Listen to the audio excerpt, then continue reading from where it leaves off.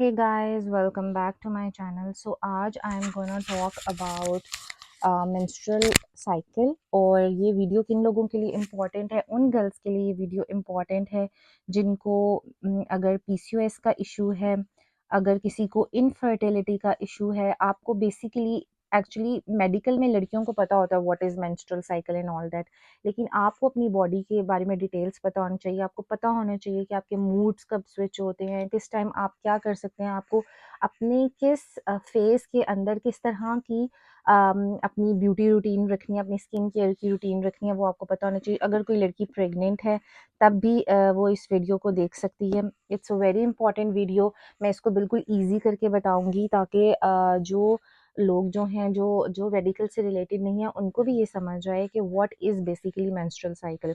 Okay, सबसे पहले हम मेंस्ट्रुएशन की बात कर लेते हैं, विच इज़ पीरियड्स। और मेंस्ट्रुएशन क्या होती है? बहुत से लोगों को होती है। आजकल बहुत ज़्यादा इरेगुलरिटीज़ आ रही हैं पीरियड्स के अंदर, बहुत ज़्यादा इश्यूज आ रहे हैं हार्मोन्स के अंदर, इनफर्टिलिटी का बहुत इशू आ रहा है।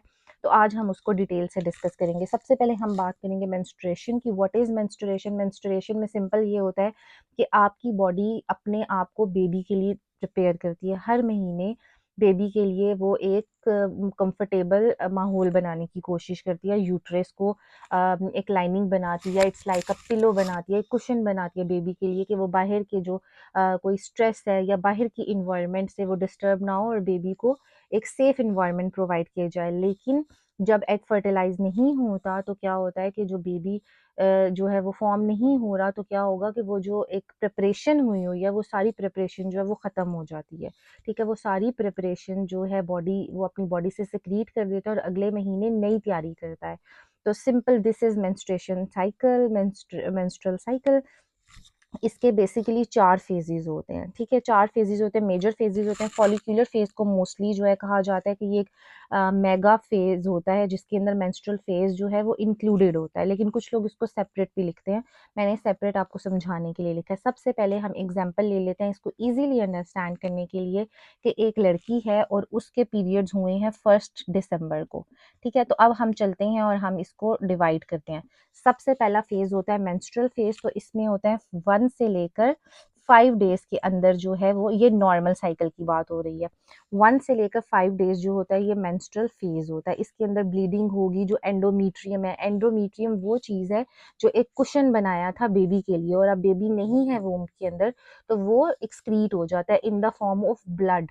तो वो जो है मेंस्ट्रुअल फेज में ये सब चीज़ एक्सक्रीट हो रही होती है, एंडोमेट्रियम शेड ऑफ हो रही होती है फर्स्ट 5 डेज के अंदर।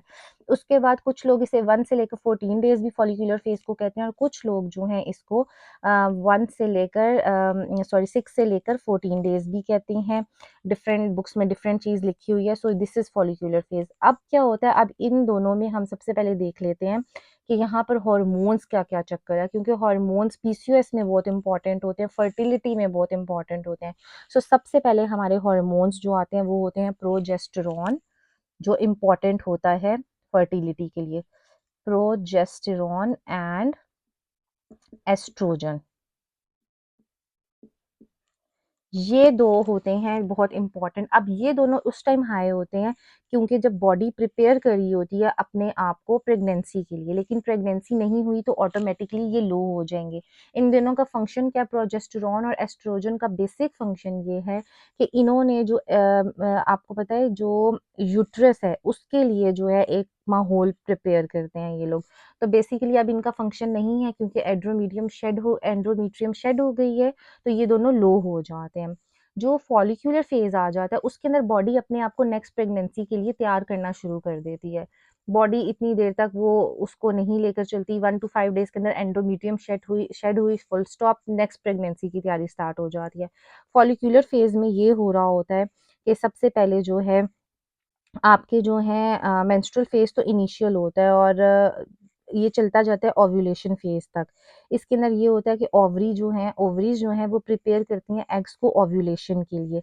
अब किस तरह से करती हैं कि ताकि स्टिमुलेट कर सकें उसको, ताकि मैच्योर हो जाए एग। किस तरह से वो होगा मैच्योर, उसको फॉलिक्यूल स्टिमुलेटिंग हार्मोन जो होता है वो सेक्रीट करता है।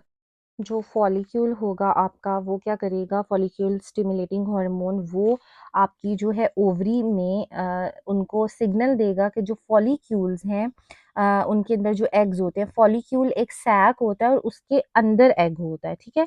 तो ओवरऑल फॉलिक्यूल को कहता है कि जो अंदर तुम्हारे सेल है, जो एफएसएच होता है, वो उसे कहता है कि जो तुम्हारे अंदर एग है उसको मेच्योर करना शुरू कर दो, ताकि वो नेक्स्ट ट्रेवल करे और वो नेक्स्ट जो है शिफ्ट हो अगले फिलोपियन ट्यूब्स में एंड आगे जाए। वेयर एज जो एस्ट्रोजन होता है वो भी इसके अंदर इक्वली फंक्शन परफॉर्म कर रहा होता है। एस्ट्रोजन आहिस्ता आहिस्ता इंक्रीज होता है ताकि जो यूटेराइन लाइनिंग है वो रीग्रो हो जाए, ठीक है। अब हमारा आ जाता है कि इन दिनों में क्या होता है, इन दिनों में अल्ट्रासाउंड की जाती है, क्योंकि जब मेच्योर होते हैं एग्स, इनमें से एक एग होता है जो डोमिनेंट होता है, मतलब डोमिनेंट होता है जिसने आगे जाके प्रेगनेंसी में लाइक फर्टिलाइज होना होता है, तो ऑल दैट। तो क्या होता है कि जो है एफएसएच एक तो इसकी स्टिमुलेशन करता है, और उसके बाद आ जाता है आपका नेक्स्ट ओव्यूलेशन फेज आ जाता है। ओव्यूलेशन फेज आपका जो होता है वो 3 दिन का, आप कर लें 14 से 16 डेज का होगा, बहुत शॉर्ट पीरियड ऑफ टाइम होता है फॉलिक्यूलर आपका ओव्यूलेशन फेज का। इसके अंदर सिंपल ये होता है कि वो जो हमारा एक डोमिनेंट एग था, अब वो डोमिनेंट फॉलिकल जो है वो अपना एग को रिलीज कर दे, मतलब जो इसके अंदर एग है पिछले फेज में, फॉलिकुलर फेज में उसने उसे मेच्योर किया, और इस फेज के अंदर उसने कहा कि अब इसको रिलीज कर दो, इसको रिलीज करो और इसको फेलोपियन ट्यूब्स के अंदर भेजो ताकि इसकी फर्टिलाइजेशन वहां पे स्टार्ट हो सके। सो बेसिकली क्या हो रहा है कि एलएच जो है वहां पर ओव्यूलेशन फेज में ल्यूटिनाइजिंग हार्मोन जो है वो रिलीज हो रहा होता है, और वो ट्रिगर कर रहा होता है डोमिनेंट फॉलिकल को, जो सबसे बड़ा फॉलिकल होता है उसको वो कर रहा होता है, जो हर तरह से हेल्दी होता है, स्ट्रांग होता है, उसको सिग्नल कर रहा होता है कि प्लीज रिलीज द सेल। तो अब जब सेल रिलीज हो सॉरी एग रिलीज हो जाता है, फिर इन दिनों में ही अल्ट्रासाउंड हो रही होती है, 14 डेज पे आ जाती है, ओव्यूलेशन फेज पे आ जाती है, और उसमें चेक किया जाता है कि जो डोमिनेंट सेल है उसका भी साइज चेक किया जाता है अल्ट्रासाउंड के थ्रू, और डिफरेंट टेस्ट दिए जाते हैं ल्यूटिनाइजिंग, डिफरेंट इनफर्टिलिटी के कॉजेज होते हैं उसके अकॉर्डिंग टेस्ट किए जाते हैं।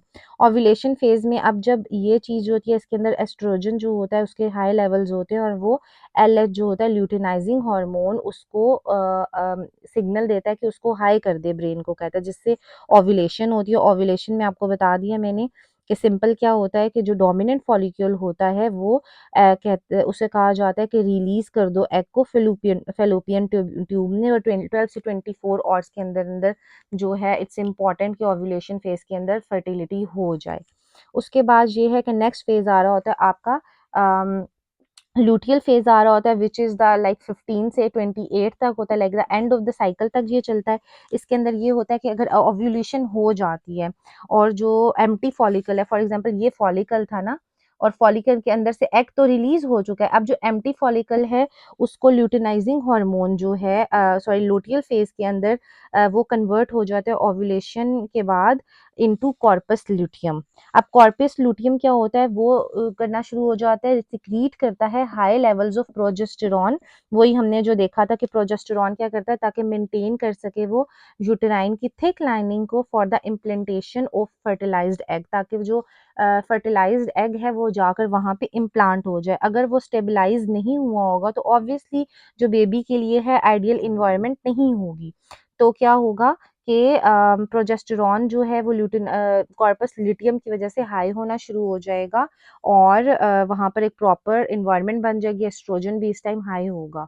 मोस्टली इन्हीं डेज में टेस्ट किए जाते हैं, लाइक फॉर एग्जांपल प्रोजेस्टेरॉन का टेस्ट किया जाता है डे 21 में, ताकि देखें कि ओव्यूलेशन फीमेल की बॉडी में हो भी रही है या नहीं हो रही।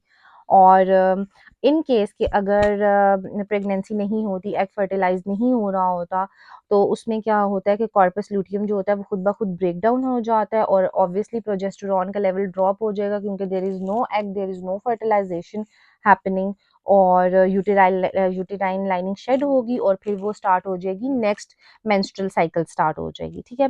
अगर प्रेगनेंसी हो जाती है तो फिर इसके अंदर जो बीटा कोरियोनिक गोनेडोट्रोपिन है वो रिलीज हो जाता है, वो आगे फिर कॉन्टिन्यूली जो है प्रोजेस्टेरॉन को लाइक वो मेंटेन करता है, मतलब वो सिग्नल करता है कॉर्पस ल्यूटियम को कि आप कॉन्टिन्यूली जो है, अगर प्रेगनेंसी होगी तो वो कॉर्पस लूटियम को सिग्नल करेगा। अगर कॉर्पस लूटियम को कोई बीटा एचसीजी बन ही नहीं रहा है तो क्या होगा कि वही नेक्स्ट मेंस्ट्रुअल साइकिल स्टार्ट हो जाएगी, और this is overall your menstrual cycle.